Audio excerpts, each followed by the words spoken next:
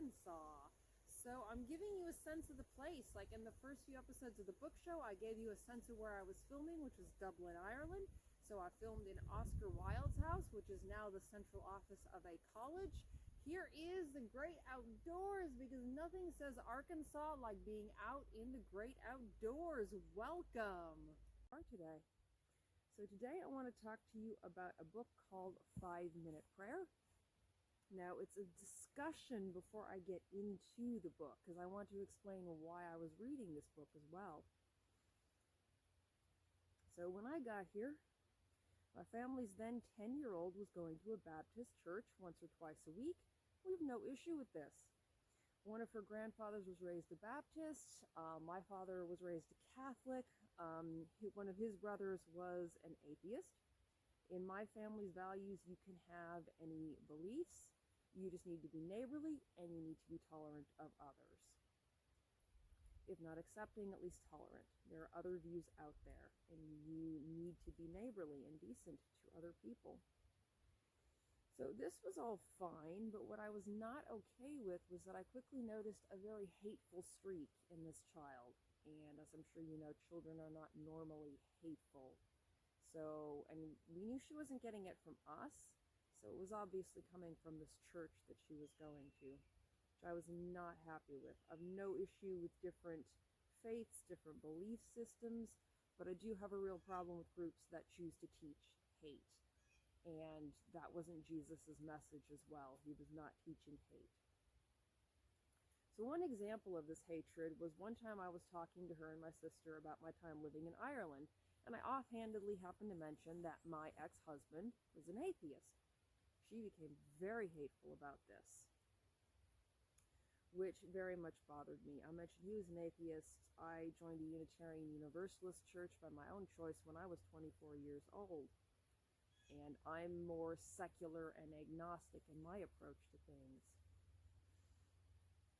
So this bothered me a great deal because it is against my family's values to be hateful of others. We don't believe in that. So I decided I was going to work with her on this because it is not a correct way to live. So one way I worked with her on stretching her mind was to explain to her why my ex-husband was an atheist. And see, he was raised a Catholic in Ireland, went to a Catholic church and a Catholic school, as was the norm, and in many ways it still is, although Ireland is much more secular today. But he grew up in a time when scandals started coming out about the church. And for some reason, a lot of the people in the church who went to Ireland were very abusive people. And there were these huge scandals about this abuse of children, horrific abuse. I did not get in detail with her about that because of the nature of the subject matter. But I explained that because of that, he rejected churches and he rejected organized religion in general. And that really it's because of his sense of morality that he was not able to keep going to a church. Now, when I first explained that to her, it really confused her. She looked at me like I had two heads, but I had to go over it twice to get her to understand that this is morality for him because of what came out about what the church was doing and how they had hurt the most vulnerable community members, the children. And all those scandals came out in the 1990s and so forth. So he outright rejected religion. I also explained to her my idea that if you believe in God and you believe God has a plan for everything, atheists may be part of that plan because there are a lot of phonies out there that use religion to take advantage of others. And you might be someone who was meant to have the burden of being an atheist, so you question everything and expose the frauds out there. People like Darren Brown, for example, could be someone whose purpose was to be an atheist, to expose those frauds who were taking advantage of people who mean well. So this was a part of how I helped her stretch her mind. And I demonstrated to her my ex-husband's not a bad person. He's given to charity before. If someone's in trouble right in front of him, he will help them out. He once took a CPR class of his own free will. It wasn't for a job or anything. He just wanted to be able to help someone if he was ever in that situation where they needed him. And again, Jesus did not teach hate. So I pointed that out to her and said, this is not what he taught and what he wanted us to follow. He didn't want people following hate.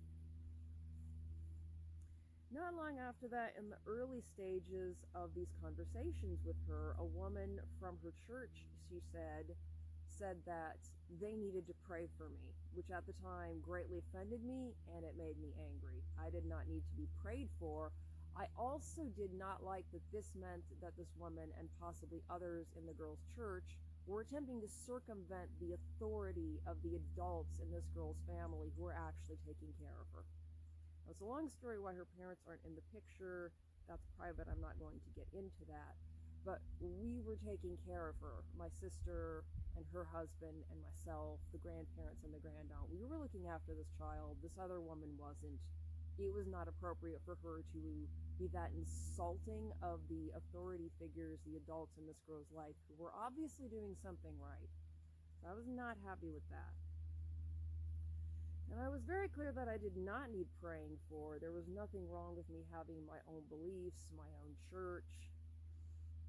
And there were a lot of people in the world who were a lot worse off than me. I did not need this praying for. If they wanted to pray for people, they could pray to people, for example, refugees fleeing Syria for their lives.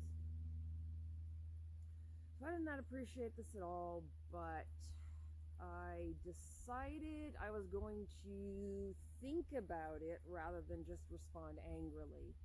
And I wanted to get into why she wanted to go to this church.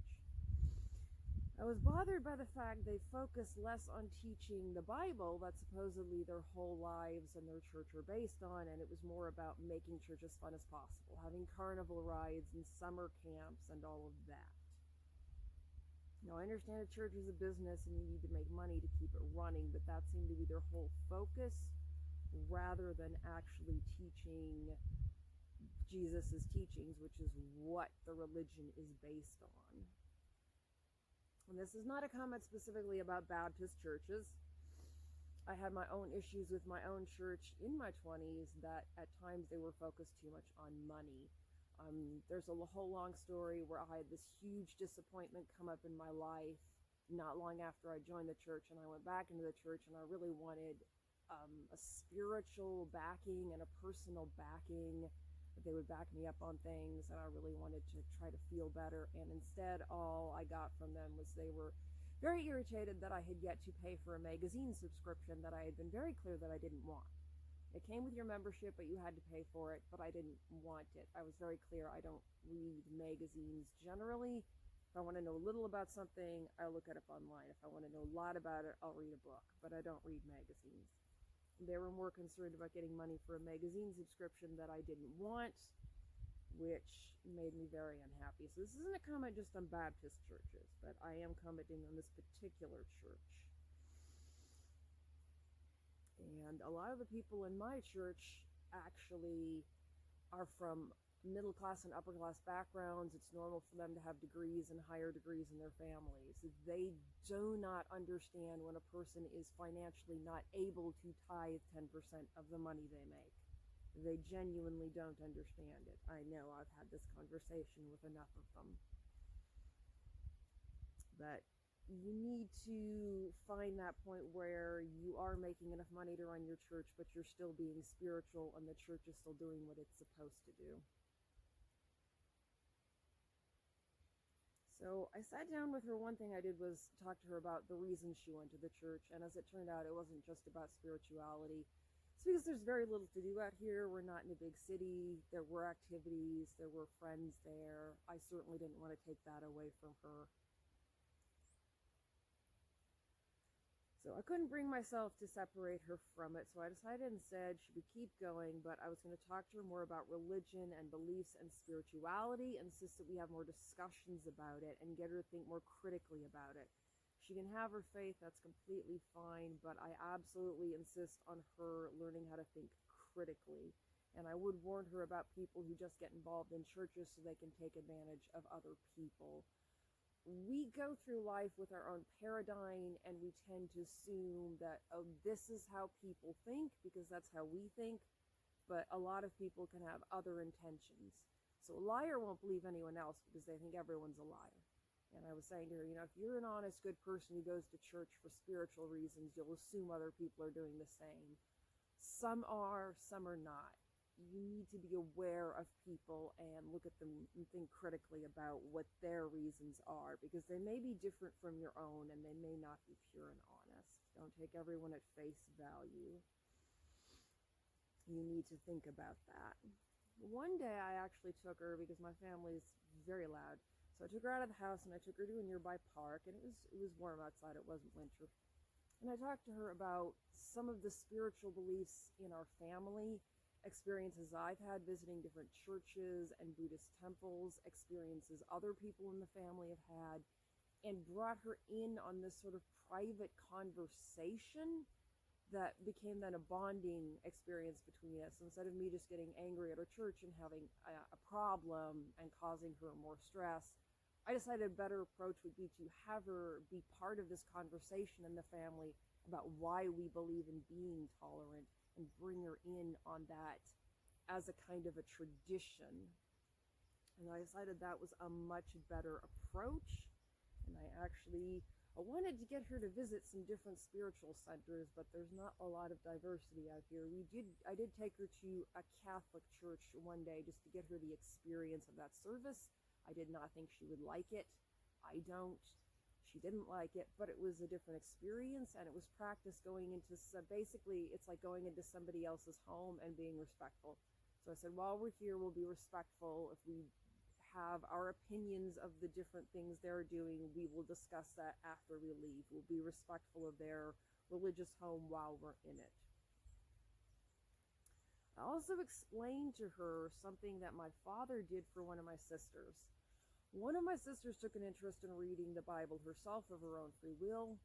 My father wasn't bothered by that per se, but he did not like he didn't like how the churches treated women, and he saw how they oppressed women, and he didn't want her getting locked into one way of thinking. So what he used to do is he would go to these different secondhand stores when he happened to be near one, and over the years he bought different versions of the Bible. Every time he saw a different version, he would buy it and bring it home to her and say, hey, why don't you read this one? It's a different version. It's slightly different. So he showed her that there were different versions, so she wouldn't get locked into one way of thinking or think, this book is the absolute answers to everything.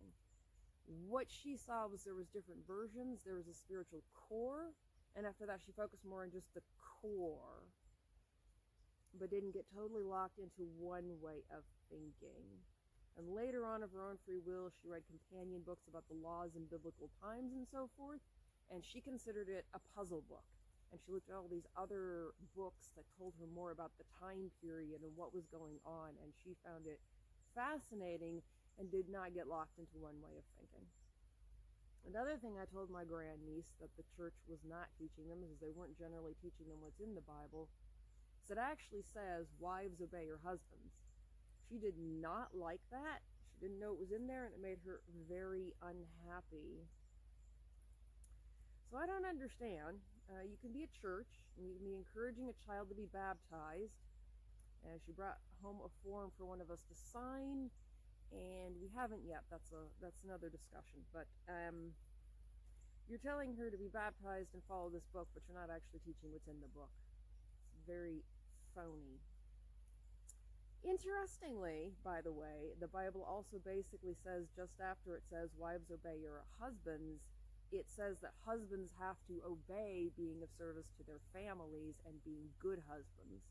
So a lot of sexist people like to point out it says, wives, obey your husbands. Well, yes, it does, but there's this other part right after that says men have to hold up their side of that deal. They're part of that obligation.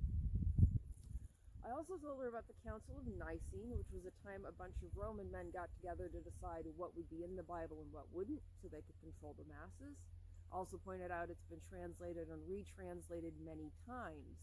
So again, if you get into that exact wording of one particular version of the Bible, that's not very accurate. It was not written in English. It certainly wasn't written in modern English. And different people who had their own intentions, which were not pure, had their hands on it at different times. So again, I have no issue with her faith, but I don't want her to get locked into that one way of thinking.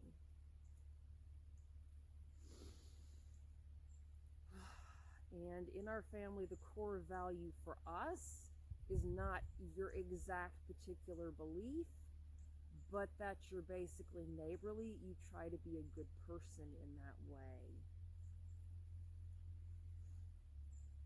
So I don't think I have to worry too much about that, actually, because we recently went to Oxford, this nearby town, and we were dropping some things off at what's called a blessing box, which is you give extra things that you have away for free, maybe food or clothing that no longer fits people, but it's still good clothing, and you give it away. And at first she said, oh, let's take a picture of it and post it on your Facebook. And then before I said anything, she said, never mind, we know what we did and we didn't do it to get attention. So she's a good person in that way.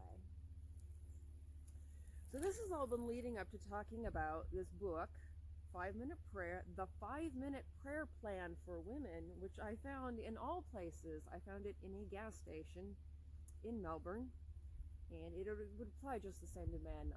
That's just their marketing.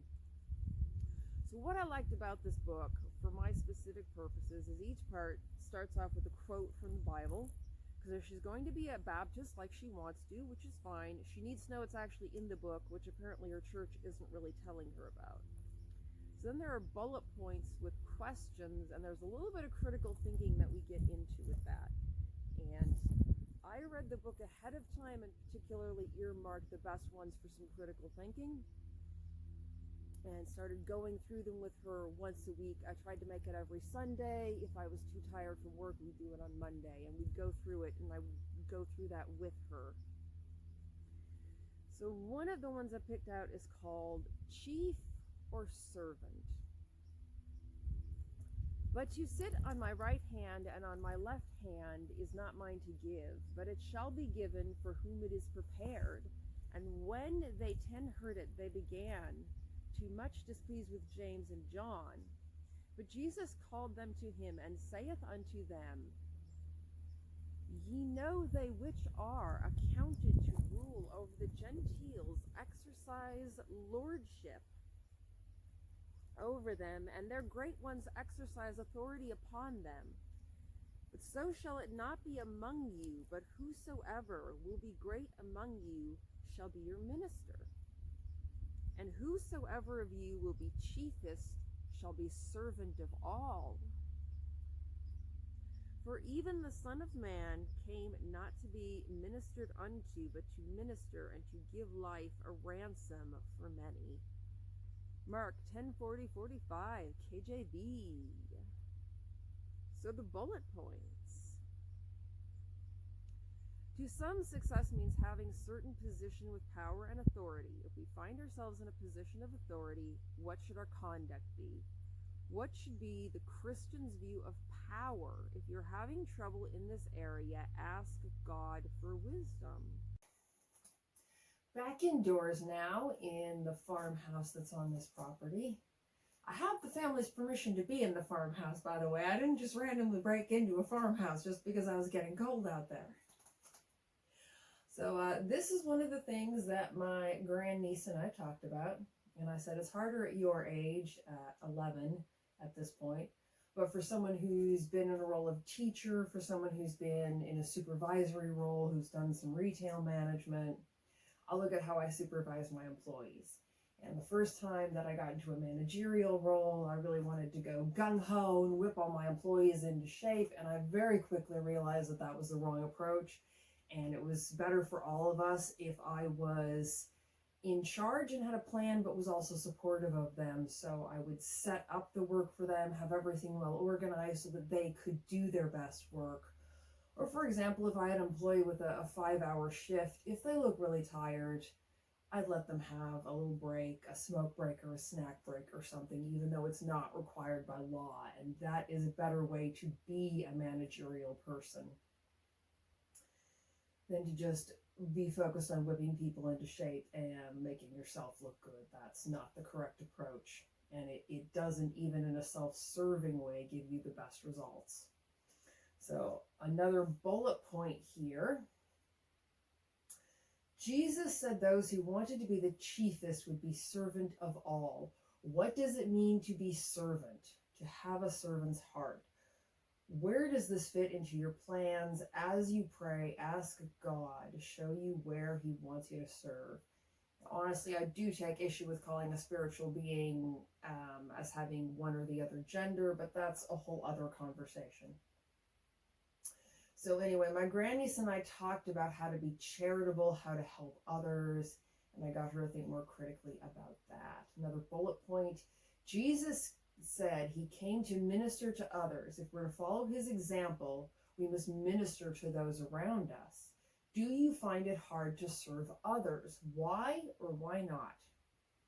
Now, this was an interesting point to get into with her because we got into a discussion about that line between being kind to people but also getting taken advantage of by some people. And this could apply to both men and women. I feel like it's more likely to happen if you're a woman, to sort of get walked all over, be a doormat. But maybe that's just my experience, because I know plenty of men have had that experience of getting taken advantage of by someone, especially a woman. But we got into a good discussion here about how to protect yourself and make sure that you're not just getting taken advantage of by someone. And this part ends with a prayer, and that prayer is, Lord, I know your idea of success is different from mine, meaning different than the worldly idea of it. So help me know your definition of success for my life, and help me be content to serve wherever you place me. Show me what it means to have a servant's heart and place that spirit within me. Teach me to be more like you who came to serve. I pray today for those in authority over me that they will make good decisions for everyone concerned, and that they will use their power for good and not for evil. Doesn't sound like most politicians, does it? Help me to make the right decisions concerning those I'm involved with. Help me to put others' needs before my own and serve with a servant's heart. Amen. So regardless of your particular beliefs, and like I said, I've been around all different belief systems, including atheists, I really think it's important that we all be neighborly and decent to each other. Life can be very complicated, and we can make it very simple. Do unto others as you would have them do unto you. Treat others how you yourself want to be treated. Whatever the details are, we'll all find out when we die, and that'll be soon enough anyway, so there's really little point in sitting around arguing about it. We can all just be neighborly together. In the meantime, to live here on this planet, not being hateful, and just be decent to each other. So thank you for watching. We appreciate you all, and we will see you again next time. In the meantime, I hope you find what you're looking for.